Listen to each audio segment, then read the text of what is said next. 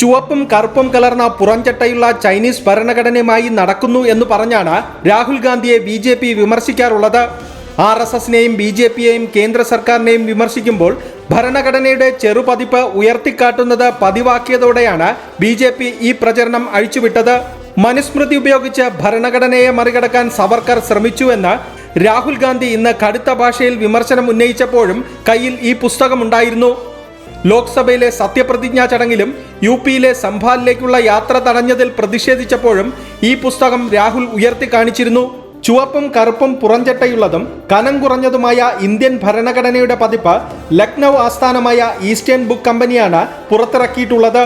തിരഞ്ഞെടുപ്പ് റാലികളിലെല്ലാം രാഹുൽ ഈ പുസ്തകം ഉയർത്തിക്കാട്ടിയതോടെ വിൽപ്പന കുത്തനെ കൂടിയെന്നാണ് ഈസ്റ്റേൺ ബുക്ക് ഉടമകൾ പറയുന്നത്. സുപ്രീം കോടതിയിലെ മുതിർന്ന അഭിഭാഷകൻ ഗോപാൽ സുബ്രഹ്മണ്യമാണ് പോക്കറ്റ് സൈസിൽ ബുക്ക് തയ്യാറാക്കിയിരിക്കുന്നത്. 716 രൂപ മുതൽ 750 രൂപ വരെയാണ് ഓൺലൈനിൽ പുസ്തകത്തിന്റെ വില.